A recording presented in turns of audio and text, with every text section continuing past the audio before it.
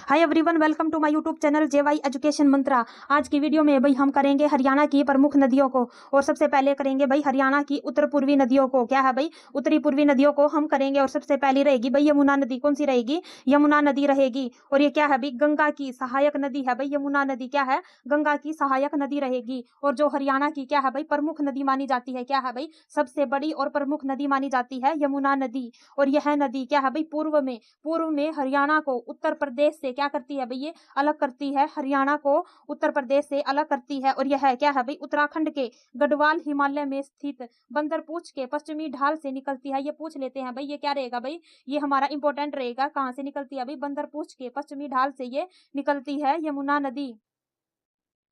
और हरियाणा में इसकी लंबाई पूछ लेते हैं भाई, ये इंपॉर्टेंट रहेगा। कितनी रहेगी भाई, 320 किलोमीटर इसकी लंबाई रहेगी। और समुद्र तल से क्या है भाई, समुद्र तल से यमुनोत्री क्या है भाई, यमुनोत्री गंगोत्री की ऊंचाई पूछ ले तो कितनी रहेगी भाई, 6330 मीटर रहेगी। यह नदी क्या है भाई, 12मासी नदी मानी जाती है। क्या मानी जाती है भाई, 12मासी नदी ये मानी जाती है। और यह नदी क्या है भाई, यमुनानगर के ताजेवाला क्या है भाई, यमुनानगर के ताजेवाला उत्तर में कालेसर में क्या है भाई, कालेसर में तथा हरियाणा में क्या करती है भाई, प्रवेश करती है। और उसके बाद कहाँ जाती है भाई, ये इसके बाद ये जाती है करनाल, पानीपत, सोनीपत, फरीदाबाद, पलवल के कहाँ पर भाई, हसनपुर में होते हुए क्या है भाई, उत्तर प्रदेश में ये प्रवेश करती है। और वर्तमान में हरियाणा यमुना नदी के किनारे पर बसा हुआ है। कहाँ पर भाई, यमुना नदी के किनारे पर बसा हुआ है हरियाणा। और पहले हरियाणा सरस्वती नदी के किनारे पर था। कहाँ पर था भाई, सबसे पहले सरस्वती नदी के किनारे पर बसा था भाई पहले हरियाणा।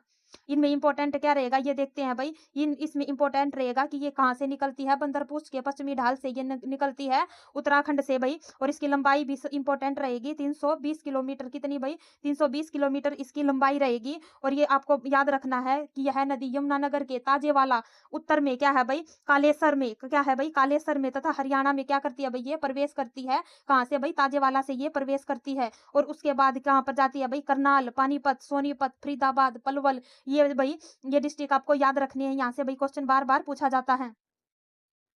आगे हम बात करें घग्गर नदी की। घग्गर नदी में क्या है भाई, घग्गर नदी की यदि हम बात करें, ये क्या है भाई, ये एक मौसमी नदी मानी जाती है। क्या है भाई, मौसमी नदी मानी जाती है। और इसकी लंबाई क्या रहेगी भाई, 250 किलोमीटर इसकी लंबाई रहेगी। जो कि हिमाचल प्रदेश के क्या है भाई, शिमला के समीप डगसाई से निकलती है। कहाँ से निकलती है भाई, डगसाई से ये निकलती है। ये क्या रहेगा भाई, इंपॉर्टेंट रहेगा। और इसकी लंबाई पूछ लेते हैं, 250 किलोमीटर रहेगी। और यह क्या है भाई, यह एक मौसमी नदी मानी जाती है।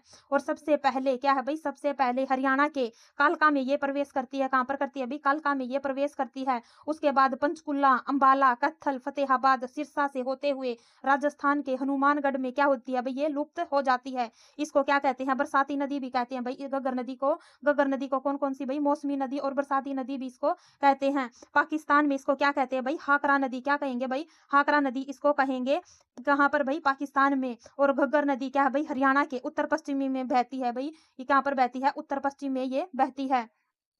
यदि ये हरियाणा है, यहाँ पर क्या है भाई, यहाँ पर रहेगी यमुना नदी। और इस साइड रहेगा भाई उत्तर प्रदेश। क्या रहेगा भाई, उत्तर प्रदेश रहेगा। और घग्गर नदी की यदि हम बात करें, घग्गर नदी बहती है, ये भाई उत्तर में बहती है। और इसके ऊपर क्या रहेगा भाई, यहाँ पर रहेगा पंजाब। क्या रहेगा भाई, पंजाब रहेगा।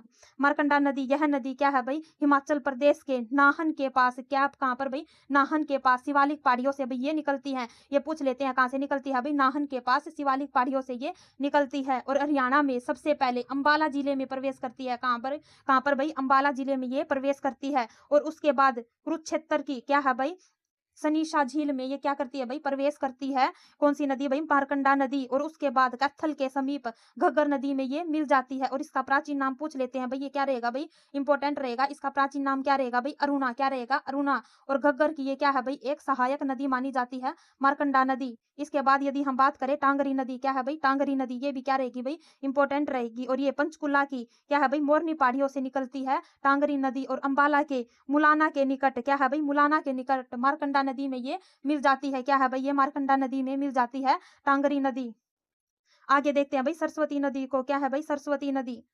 वर्तमान में सरस्वती नदी क्या हो गई है भाई, लुप्त हो गई है, ये पूछ लेते हैं। लेकिन माना जाता है कि यह नदी हिमाचल प्रदेश के सिरमौर से क्या है भाई, सिरमौर से बर्फीली पहाड़ियों से निकलती है हिमाचल प्रदेश के। और सरस्वती नदी के अवशेष यमुनानगर के क्या कहाँ पर, नगर के मुगलावला गांव से मिले हैं। और सरस्वती नदी के किनारे क्या है भाई, महर्षि वेद व्यास ने क्या किया था भाई, महाभारत की रचना की थी।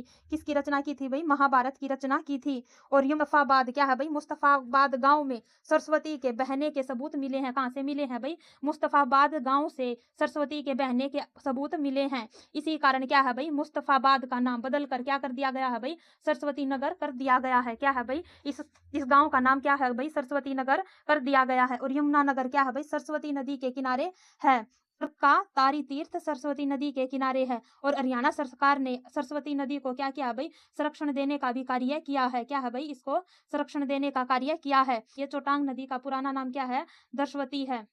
मोरनी की पहाड़ियों की ऊंचाई यदि पूछे तो कितनी रहेगी भाई, 1214 मीटर। कितनी रहेगी भाई, 1214 मीटर इसकी मोरनी की पहाड़ियों की ऊंचाई रहेगी। और इसकी सबसे ऊंची चोटी यदि पूछे क्या है भाई, करहो, कितनी रहेगी भाई, 1514 मीटर इसकी ऊंचाई रहेगी। ये क्या रहेगा भाई, ये इंपॉर्टेंट रहेगा। अरावली क्षेत्र की ऊंची चोटी क्या है भाई, कुलताजपुर नारनौल महेंद्रगढ़ में क्या है भाई, 652 मीटर ऊंची है। और ऋग्वेद में सरस्वती नदी अरब सागर में गिरती थी। क्या है भाई, कहाँ पर गिरती थी, अरब सागर में ये गिरती थी। यदि हम राक्षी नदी की बात करें तो राक्षी नदी क्या है भाई, यह नदी यमुनानगर के बिलासपुर के नजदीक क्या है भाई, बिलासपुर के नजदीक शाहपुर से लाडवा कुरुक्षेत्र तक जाती है। और चोटांग नदी में क्या है, ये मिल जाती है। कहाँ पर मिलेगी भाई, राक्षी नदी चोटांग नदी में मिलेगी।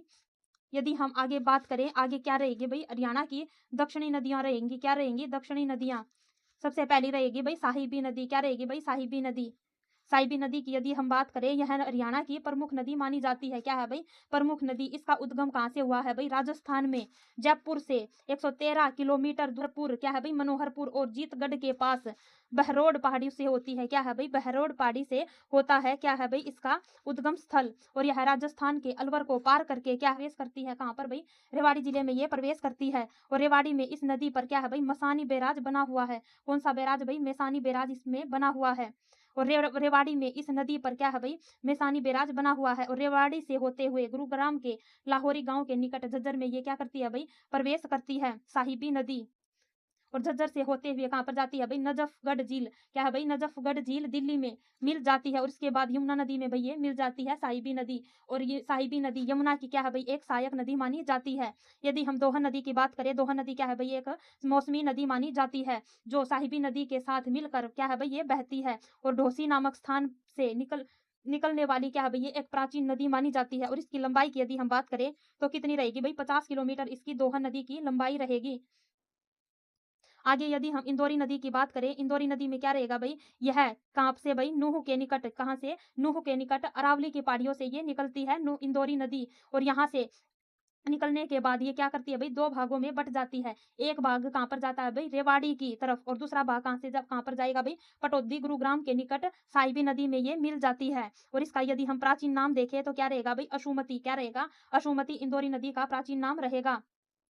यदि हम कृष्णावती नदी की बात करें तो ये क्या है भाई, राजस्थान की अरावली पहाड़ियों से निकलती है कृष्णावती नदी। और सबसे पहले हरियाणा में नारनौल के पास प्रवेश करती है और अंत में बहरोड नाले में मिलकर लुप्त हो जाती है कृष्णावती नदी ना। Thank you.